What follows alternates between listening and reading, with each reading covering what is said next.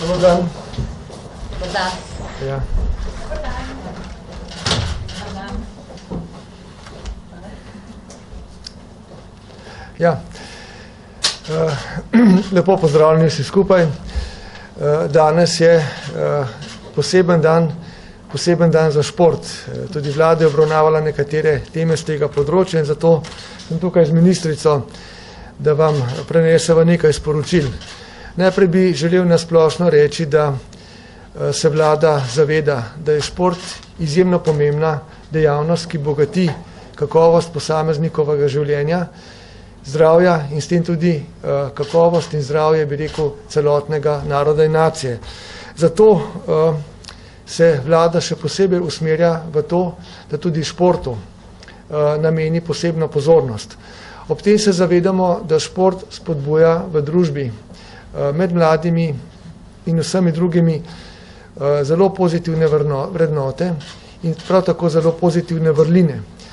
In zato je naša pozornost še toliko bolj usmerjena v to, da te vrednote, vrline tudi preko spodbujanja športa, zagotavljanja boljših pogojev za športne dejavnosti, spodbujamo na vse možne načine. Kot veste, smo nedavno sprejeli na vladi predlog zakona, novega zakona o športu, v katerim smo zagotovili, da bodo športne dejavnosti in šport še bolj dostopne širši javnosti, še posebej tudi mladim, in predvsem tudi, da bo financiranje športa, bi rekel, finančna podpora za društva in druge deležnike, bi rekel, bolj ustrezna in predvsem tudi bolj transparentna, da se tako tudi preprečujejo te negativne prakse, ki so se v preteklosti seveda pojavljale. V novem zakonu o športu, kot veste, in ga je nedavno predstavila tudi ministrica, prinašamo brezplačne programe za državljanke in državljane, za športnike prinašamo prepoved zaračunavanja nadomestila za prestop, možnost opravljanja zasebnega dela, vzpostavljamo varuha športnikovih pravic, športnim društvom pa prinašamo vključenost v pripravo letnega programa športa na lokalni ravni, hitrejše razdeljevanje javnih sredstev med prejemnike ter posebne pravice za izvajalce letnega programa športa. In še bi lahko našteval, ampak posebej me tudi veseli, da nov zakon izenačuje športnike invalide z ostalimi športniki, kajti to si športniki invalidi nedvomno zaslužijo. In kot veste, smo prav lansko leto še kako videli na olimpijadi obeh vrst športnikov, kako uspešni sem, koliko to pomeni pravzaprav njim in vsem nam. Naj rečem tudi to, da Slovenija je zagotovo velika športna nacija in upam si reči, da je in mora ostati dom športa. Zato si z vlado in z ministrico še posebej prizadevamo, da bo tako tudi v prihodnje, da bodo pogoji za šport še boljši in v ta namen smo prav za letošnjo leto danes na vladi soglasno sprejeli rebalans letnega programa športa, kjer športu namenjamo še dodatna 2 milijona evrov in ta sredstva namenjamo predvsem pripravam in nastopom otroških in mladinskih reprezentanc, saj se zavedamo, da moramo predvsem pri mladih vzpostavljati to vez športom, jih spodbujati v športne dejavnosti in k tem zdravemu življenju in tistim vrednotam, ki so izjemno pomembne. Govorimo o vrednotah tovarištva, vztrajnosti, discipline in samodiscipline, neke poštenosti v smislu fair playa, kajti to vse vpliva pozitivno na družbo in še posebej na razvoj mladih. Ob tem naj na koncu povem, da me seveda veselijo vsi uspehi naših športnikov zadnjih let in tudi v tem času, od, bi rekel, atletov do tistih, ki se ukvarjajo z različnimi dirkaškimi športi, do plezalcev in seveda v tem času še posebej smučarjev, skakalcev in kot veste, prav te dni spremljamo zelo navdušeno in zelo, bi rekel, smo pri tem tudi vznemirjeni, ko naši rokometaši nizajo uspeh za uspehom. Tako da, bom rekel, šport mora še naprej ostati nekaj, kar nam omogoča zdravo sobivanje, kar nam omogoča povezovanje, kajti šport povezuje in nenazadnje je šport izjemnega pomena za našo narodno oziroma nacionalno identiteto. Tako da upam, da bomo tudi v prihodnje pri športu vedno stopili skupaj, da bo to dober zgled tudi za druga področja in seveda šport ostaja prioriteta za vlado, tako kot ostaja prioriteta mladi In ravno šport za mlade je tisto, kar bi rekel, gradimo naprej, da bo Slovenija bolj zdrava. Tako da na tej točki bi se ustavil in prepustil besedo ministrici, ki bo odgovorila lahko tudi na vprašanja, potem, ko bo podala podrobnejša pojasnila. Jaz pa hitim na nadaljevanje dela vlade, kjer imamo poseben posvet, kot veste, o prioritetah vlade. Tako da hvala lepa in ministrica izvoli. Hvala, predsednik. Ja. Kot že povedano, danes je vlada potrdila dopolnitev letnega programa športa v Sloveniji. Potrdil ga je tudi že strokovni svet in tudi izvršni odbor Olimpijskega komiteja.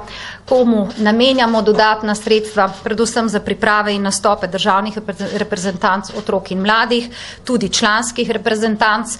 V ta del gre tudi večina dodatnih 2 milijonov in sicer 64% v prvi sklop in približno nekaj več kot 30% v drugi sklop, pa tudi še dopolnila za priprave na olimpijske igre. Veste, da bodo te kmalu, praktično je to leto, v katerem smo že leto resničnih priprav, torej intenzivnih priprav, zato je prav, da tudi stopimo v pomoč športnikom. Bi pa ob tem povedala, da celotni proračun letos tako znaša 18 milijonov 309 tisoč 84 evrov, od tega je 5 milijonov 600 evrov iz evropskih virov, kjer pa veste, da močno podpiramo vsebinsko in programsko, predvsem naslednja področja, spet tako področje otrok in mladih, kot je zdrav življenjski slog.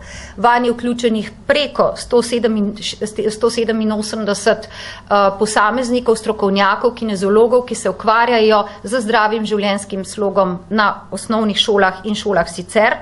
In sicer z 2 dodatnima urama športne vzgoje. V letu 2017 temu namenjamo nekaj več kot 3 milijone evrov. Prav tako podpiramo nadaljni razvoj kadrov v športu. 47 strokovnjakom bomo omogočili, da se vključujejo bodisi v trenersko nadaljno kariero, bodisi da so to vrhunski športniki, ki želijo ohranjati dvojno kariero ali jo vzpostavljati, bodisi da gre to za strokovnjake, ki seveda so podlaga tudi razvoju dobrih športnih programov. Prav tako bomo iz evropskih virov prvič spodbudili razvoj v poklicnih srednjih šolah in univerzitetnem delu, tako da bomo kar nekaj strokovnjakov umestili v programe, s katerimi želimo spodbuditi predvsem ozaveščanje zdravega življenjskega sloga tudi na tem nivoju. Veste, da je športni karton kot ena temeljnih analiz, ki jih imamo v Sloveniji, ena redkih držav smo, ki to kontinuirano počnemo, ugotovili, da je prav ta srednješolski in univerzitetni del potreben spodbude tudi v športnem gibalnem duhu in seveda tudi pridobivanju s tem zdravih navad in ohranjanja vrednot športa. Kar se tiče strokovnih delavcev v športu, do konca leta 2018, tudi s pomočjo podlag zakona, ki je pred nami, bomo brezplačno usposobili več kot 3000 delavcev ali do usposobili, gre za dopolnilna usposabljanja tukaj tudi, saj se razvija vrsta novih znanj in vedenj na področju športa. Zakaj poudarjam tudi ta del, ki ga podpiramo kontinuirano skozi različne projekte? Zato, ker se predvsem usmerjajo v strokovne podlage razvoja športa, mlade in otroke in to je tudi tista baza, ki jo bomo skušali spodbujati v naših aktivnostih naprej. Res pa je, da je pred nami tudi še pomembna obravnava zakona o športu, kar smo že najavili. Tukaj bi predvsem izpostavila področje javnega interesa, ki ga seveda zasledujemo v zakonu, podlag za dobre aktivnosti v tako imenovani civilni sferi športa in seveda dobro sodelovanje in sobivanje tekmovalnega športa s športom za vse in seveda področja športa, ki ima vzgojno-izobraževalni namen in to so tudi 3 stebri, ki jih povezano in predvsem tudi z današnjimi podlagami spodbujamo naprej k vse boljšim rezultatom, ne le v tekmovalnem športu, ampak seveda tudi v športu za vse, torej za vsakega od nas. Hvala ministrici za uvodne poudarke. Zdaj pa vaše vprašanje za ministrico na to temo. Izvolite. Emil Lukančič, Mori, neodvisna agencija. Ja. Športniki pa nagrade. Ali bodo športniki oproščeni plačila DDV-ja? V tem trenutku, kar se tiče predlogov kakršnih koli davčnih spodbud, olajšav, oprostitev, so predlogi bili posredovani tudi na Ministrstvo za finance, verjetno to sprašujete v luči zakona o športu, tako da bomo seveda v tistem delu, ki je že usklajen, veste, da določen del je že razbremenjen tega, skušali še dopolniti tudi v primeru drugih nagrad, kategorizacije različnih nagrad in tukaj smo v dialogu z Ministrstvom za finance. Pogovori potekajo, dejstvo je, da si seveda vsi želimo razbremenitev prav za namenom že vidnih in znanih rezultatov, ki jih seveda športniki dosegajo, so pa seveda včasih postopki in dialogi malce daljši, argumenti pa mislim, da so pravi.